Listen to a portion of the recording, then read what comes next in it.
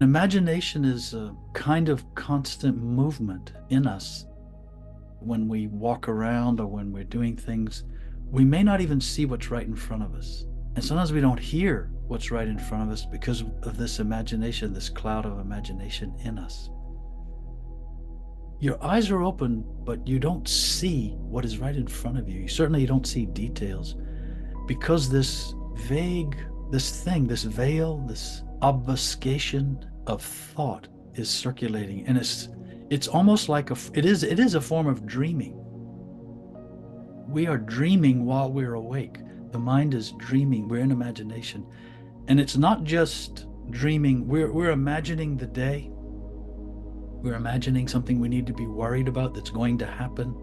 Maybe we're a little afraid of it or nervous about it. We want to get it right. It's in imagination.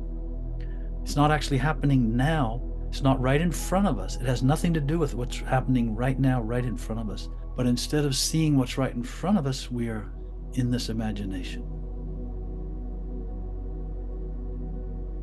The more you look at imagination, the more you see how enormous it is, how multi-layered it is in us, and how much it affects us, and how much we are under its influence in many different ways.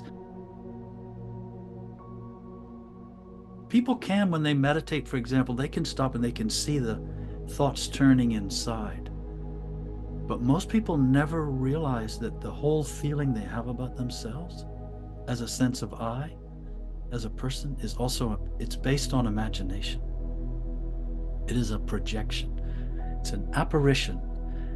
It's a phantom we each are projecting inside of ourselves. We have this feeling of how we look, how we sound, how people see us and view us in different ways. We would probably be shocked if we could go inside of each other right now, or spend the week inside of each other and see how each of us is imagining ourselves compared to how we actually appear and what we are, and how others see us.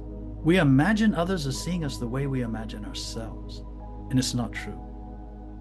But you can't see that you are an imagination about yourself as a person until you first see the imagination in your head, this daydreaming and associative thought. That's where it starts. You see that, and then you start to pull out of that, and then you start to become more attuned to this imaginary idea of yourself as a person, because you see it doesn't coincide with how other people actually see you.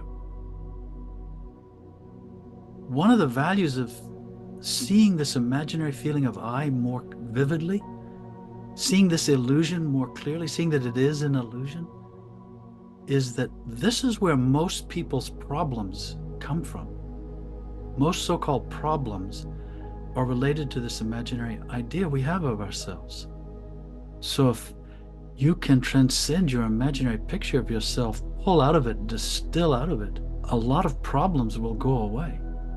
It doesn't mean that pressures in your life will go away or that real suffering will go away. But a lot of your problems related to those will go away. We're trying to extract our own being from this imaginary sense we have about ourselves. We're distilling out from this imaginary idea we have of ourselves. We're distilling out from that our own inner deep being. Not the person, not Peter's not extracting his being. This beingness of awareness is extracting itself, distilling itself. And this is where gradually you will feel more and more surety in yourself, and it will be even more sure than the feeling of imaginary I has been for many years. When you come out of imagination, when you realize you were in imagination, try to spend 15, 30 seconds even now noticing the details of something in your environment. Things you don't normally notice, just notice them, and then try to realize when you really see what's in front of you, you cannot be in imagination. And conversely, when you're in imagination, you cannot, not only you cannot see the full details of what's right in front of you. But I promise you, these moments where if you're just walking down the stairs or you're standing in the kitchen and you realize you're in imagination, and now to just look just for a few 15 seconds and notice some things that you don't normally notice. Notice the dust. No, it can be anything. Those moments will accumulate. We don't want to just become experts at noticing what's right in front of us. We don't want all of our awareness going out. We want to notice that we're noticing.